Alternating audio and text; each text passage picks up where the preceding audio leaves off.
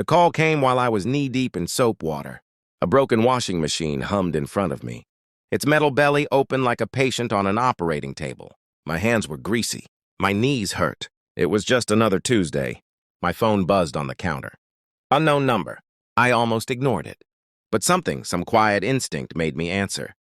A woman's voice spoke first. Soft, hesitant. Are you Daniel Mercer? Yes. Silence. Then she exhaled slowly. I think your wife just bought my husband a restaurant. The room went still. The washing machine kept humming behind me. Water dripped from my fingers onto the floor. I'm sorry, I said. My husband is Victor Hale, the chef. I knew the name. Everyone did. TV shows, magazine covers. The smug smile of a man who believed the world owed him applause. Your wife transferred $300,000 to him yesterday, the woman continued. My throat felt dry. That's not possible. Another pause. Then she said something that settled in my bones like ice. She left a message with the transfer. My grip tightened around the phone. What message? The woman read slowly. This life isn't for you, but it's perfect for him. I didn't say anything, because I recognized the sentence. I'd heard it before. 2 weeks earlier, when my wife looked at my oil-stained hands and smiled the kind of smile that only exists when respect has already died. I drove home that night slowly, carefully, as if speed might shatter the fragile lie my life had become. My wife Laura was sitting on the balcony when I arrived, wine glass in her hand, white silk dress. She looked radiant, the kind of beauty that once made strangers jealous. Now it just made me tired. You're late, she said without looking up. Work. She shrugged. You work too much. I studied her quietly. 20 years of marriage sat between us like dust on old furniture. Invisible, but everywhere. Did you transfer money yesterday? I asked. She raised an eyebrow. Why? Just asking. Laura sipped her wine. Then she smiled. That smile, the one that always came before cruelty disguised as honesty. You wouldn't understand. A small crack formed somewhere inside my chest. Try me. She laughed softly. You fix washing machines, Daniel. Her eyes drifted toward the city skyline. Victor creates art. There it was. No denial, no shame. Just quiet superiority. You gave him our money, I said. Our money? She repeated. The words amused her. No. She leaned forward slightly. I invested it. 300,000. Yes. For a restaurant. For a future, she corrected. Then she looked at my hands, still stained with machine grease, and whispered the sentence that had apparently traveled farther than she expected. This life isn't for you. I nodded slowly. The washing machine repairman, the practical husband, the background noise of her ambitions. I understood now. I had never been her partner. Just the scaffolding she climbed. The strange thing about betrayal is how quiet it becomes once you stop denying it. The panic disappears. Logic takes its place. So I began observing. Laura started staying out later. She wore perfume she never used before. She laughed at messages on her phone, always turning the screen away. I never asked questions. Instead, I started asking other people. Bankers, lawyers, account managers. $300,000 hadn't come from nowhere. It came from the retirement account I built repairing machines for 2 decades. Except the account wasn't empty. That surprised me, because Laura believed it was. I discovered something else, too. Victor Hale's restaurant project wasn't doing well. Permits delayed, investors nervous, expenses rising, which meant Laura's money wasn't security. It was oxygen. Without it, the dream suffocated. So I kept digging, quietly, patiently. Phone records confirmed the obvious. Late-night calls, private meetings, hotel reservations. None of it made me angry anymore. Anger is noisy. I needed silence. I also made a few calls of my own. To suppliers, to city officials, to a man named Gregory Klein. Gregory specialized in something very simple, financial exposure. He studied Victor Hale's project for 3 days.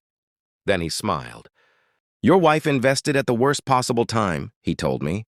How bad? Gregory leaned back in his chair. Let's just say, if someone pulled their support now, the entire thing collapses. I thought about Laura's balcony smile, about her saying I didn't belong in her world. Then I asked a simple question. How long until that happens? Gregory checked his watch. Depends. On what? On when you decide to stop fixing washing machines and start fixing your life. The evidence arrived a week later. Emails, transfers, hotel bookings, photos. Laura and Victor leaving a restaurant together, laughing, holding hands. In another photo, he kissed her cheek. The celebrity chef, the dreamer, the man who apparently deserved my life savings. I printed everything, neatly, then placed the documents inside a folder. That evening, Laura returned home late. Perfume again, victory glowing on her face. How was work? She asked. Busy. She poured wine. I placed the folder on the table. What's this? She asked. Your investment. She opened it casually. The confidence lasted about 4 seconds. Then it died. Her fingers trembled as she turned the pages. Photos, bank transfers, call log, hotel receipts. Her lips parted slightly. You followed me? No. My voice remained calm. I verified. Silence spread through the room like fog. Daniel, she whispered. I know about Victor. Her eyes watered instantly. It's not what you think. Of course. That sentence. The oldest lie in human history. I folded my hands together. Your restaurant opens in 3 months, correct? She blinked. Yes. I nodded once. It won't. Laura stared at me like she was seeing a stranger. Daniel, what did you do? I slid another document across the table. A legal notice. Investor withdrawal. Permit review. Financial freeze. Victor Hale's restaurant project had just lost its largest silent partner. Me. Except they never knew I was involved. Until now. You funded it? Laura whispered. Quietly. Why? So I could end it. Her breathing grew shallow. You destroyed his restaurant? No. I shook my head slowly. You did. Tears rolled down her cheeks. You're ruining everything. No, I said calmly. I'm correcting a mistake. My phone buzzed. Victor Hale's number flashed across the screen. I didn't answer. Instead, I turned the phone toward her. It rang again, and again. Laura's face collapsed. He needs the money, she whispered. I know. The phone rang 5 more times, then stopped. I stood up. There's one more thing, I said. What? The retirement account you emptied? Her eyes widened. It was never the real one. The silence that followed felt almost peaceful. You lied to me?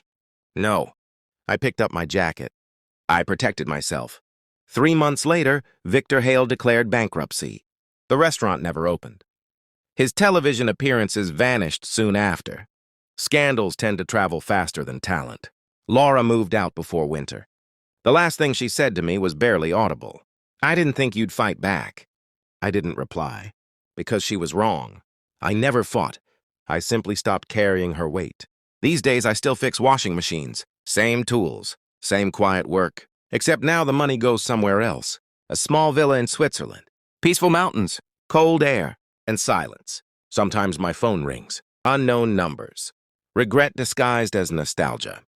I never answer, because the truth is simple. Laura once said this life wasn't for me. She was right. It was never supposed to be hers either.